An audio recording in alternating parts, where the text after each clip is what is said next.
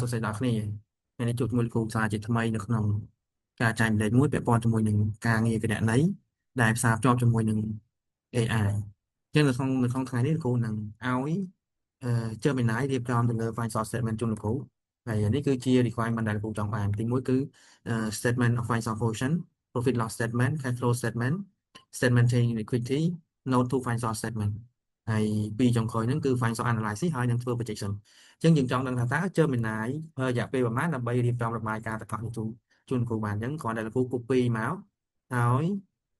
លោកគ្រូចូលទៅក្នុង worksheet TB នេះដោយសារលោកគ្រូមាន TB អញ្ចឹងបន្តទៀតឲ្យទាញចេញពី TB ទៅផលិតរបាយការណ៍ដែលលោកគ្រូចង់បានអញ្ចឹងគ្រាន់តែលោកគ្រូផាសកន្លែងនេះមកហើយលោកគ្រូដាក់ថា please generate អញ្ចឹងតែប៉ុណ្ណឹង Gemini នឹងរៀបចំរបាយការណ៍ជូនយើងទាំងអស់តែម្ដងប៉ុន្តែតកតងជាមួយនឹងការងារនេះមានន័យថាតើតែនៅពេលដែល Gemini រៀបចំហើយក៏ AI រៀបចំហើយតើយើងមាន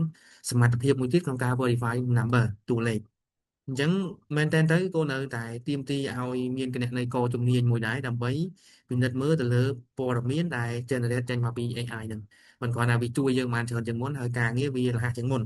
ប៉ុន្តែទាមទារឲ្យយើងជាគណនេយ្យករហ្នឹងត្រូវតែមានជំនាញច្បាស់លាស់ហើយយល់ពីតម្រូវការដែលយើងចង់បានអញ្ចឹងណាអូខេអញ្ចឹងយើងចាំមើលទាំងអស់គ្នាតើម៉ានីទីដែលGemini រៀបចំឲ្យយើងអូខេអញ្ចឹងចេញមកហើយបាទនេះរបាយការណ៍មួយចេញមកអញ្ចឹងនៅពេលរបាយការណ៍មួយចេញមកអ្នកនរគ្នាគ្រាន់តែបង្កើត worksheet ថ្មីមកបាទ worksheet ថ្មីមកហើយបន្តទៀតចុច insert ណា insert ហ្នឹងកន្លែងនេះលោកគ្រូ insert ទៅលើ profit loss statement មុនបាទទី1 profit loss statement លោកគ្រូដាក់កន្លែងនេះមកហើយលោកគ្រូទៅ worksheet ថ្មីមួយទៀតទៅ insert statement of financial position បាទហើយបន្តទៀតលោកគ្រូទៅ worksheet ថ្មីមួយទៀត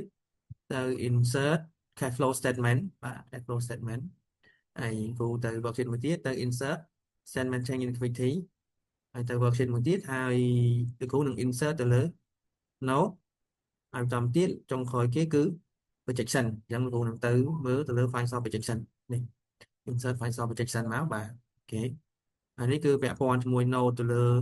CI for SME ទេ note កន្លែងនេះយើងអាច revise បន្ថែមអញ្ចឹងណាគ្រាន់តែជា basic concept ទេអញ្ចឹងបន្ទាប់ពីបានព័ត៌មានហ្នឹងហើយអ្នកនរគ្នាគ្រាន់តែ rename មកនេះដាក់ថា profit loss statement មកនេះអូខេដាក់ថា P&L rename ឈ្មោះមកខាងលើ table នេះយើងដូរឈ្មោះណាដូរឈ្មោះទៅជា statement of profit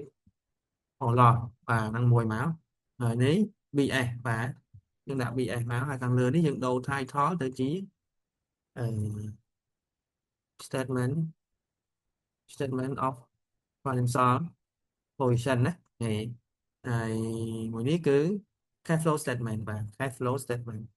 ល្អនិយាយមែនតើទៅនៅពេលយើងចេះគណនេយ្យច្បាស់ជាគណនេយ្យជំនាញហើយយើងដឹងពីតម្រូវការយើងអាច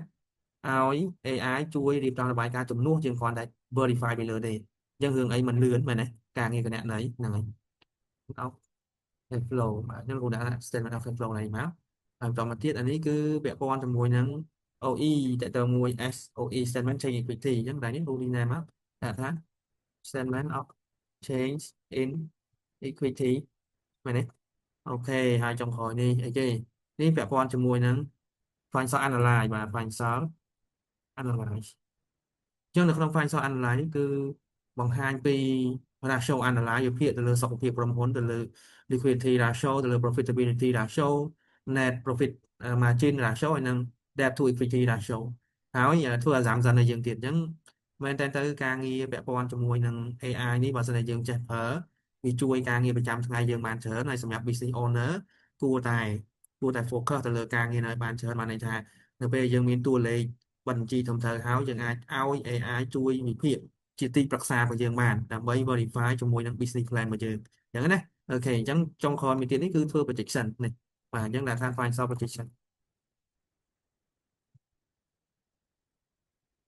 យ៉ាងមក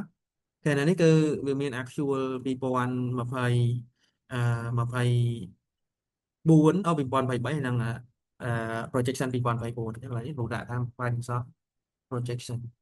អញ្ចឹងមកអានេះគឺ financial analysis មានហើយបាទអូខេអញ្ចឹងអានេះគឺជា result ដែលយើងបានមកគឺគ្រាន់តែមានតែ TB ទេប៉ុន្តែយើងអាច generate ទៅជា profit loss statement បានបាទនេះ profit loss statement ហើយ balance sheet របស់យើងនេះហើយយើងត្រូវ verify ពាក់ព័ន្ធជាមួយការងារគណនេយ្យ verify មក asset ស្មើ liability បូកមួយ equity អញ្ចឹង តួលេខរបស់យើងណានេះយើងកំពុង highlight តិចឲ្យបាទនេះតួលេខរបស់យើងនេះ non current asset យើងមើលនេះ current asset បាទអានេះគឺ non current អានេះគឺតួលេខ equity ណាគេយើង verify បន្តិចទៅបានណាហើយ AI ជួយយើងបានច្រើនណាគេយើងមក plot យើងអាចផលិតជារបាយការណ៍ទាំង5បានហើយ cash flow statement សំណួរសួរថាលោកគ្រូធ្វើមកខ្ញុំដឹងថាការរៀបចំទៅលើ cash flow statement ត្រឹមត្រូវអញ្ចឹងក៏លេខមកមើលការ verify របស់លោកគ្រូតែអញ្ចឹង cash flow statement យើងមើលមកទៅលើ operating activity បាទលើ operating activity ទៅលើinvesting activity ហើយទៅលើ financing activity បាទ financing activity អញ្ចឹងចុងក្រោយនៃ cash flow statement យើង ending cash ending of the year វាគួរតែ reconcile ជាមួយនឹងbalance sheet cash ហើយនឹង bank ណាអូខេអញ្ចឹងគ្រូគាត់ថា link ស្មើមកអូខេអញ្ចឹងបានន័យថាការរៀបចំទៅលើ cash flow statement នេះគឺ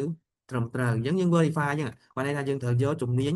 បច្ចេកទេសគណនេយ្យហើយនិង finance របស់យើងទៅ verify តួលេខដែល generate ចេញពី AI ប៉ុន្តែសួរថាវាកាត់បន្ថយ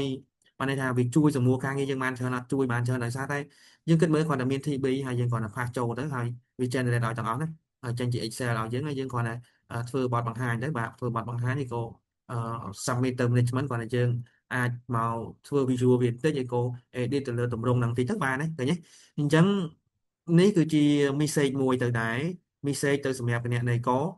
ដែលមិនទាន់ up skill ទៅលើការប្រើប្រាស់ AI ដោយសារឥឡូវនេះគឺ AI ជួយការងារគណនេយ្យយើងបានច្រើនស្ទើរតែគ្រប់វិស័យពាក់ព័ន្ធជាមួយការងារ AI ជួយណាអូខេអញ្ចឹងមែនតើទៅ AI មិនមែនមកសម្ដៅការងារផងគណនេយ្យករទេប៉ុន្តែ AI នឹងមកជំនួសអឺអ្នកដែលចេះការងារ AI នឹងជំនួសអ្នកដែលគណនេយ្យករដែលមិនចេះ AI ដោយសារតែទីទៀតទៅបើសិនជាយើងប្រើទៅលើការងារ AI នេះច្រើនបានន័យថាវាកាត់បន្ថយទី1គឺយើងធ្វើការវាមានប្រសិទ្ធភាពជាងមុនហើយអត់ត្រូវការប្រើពេលច្រើនដោយសារតែយើងមានព័ត៌មានជាគោលហើយយើងដឹងថាយើងចង់បានអីហើយយើងប្រើ assistant យើងមួយជា AI ដើម្បីជាទីប្រឹក្សាក្នុងការរៀបចំទៅលើ report របស់យើងអូខេអញ្ចឹងសម្រាប់វីដេអូនេះគ្រូមានប៉ុណ្ណឹងទេជួបជាមួយគ្រូក្នុងវីដេអូបន្តទៀតអរគុណជំរាបលា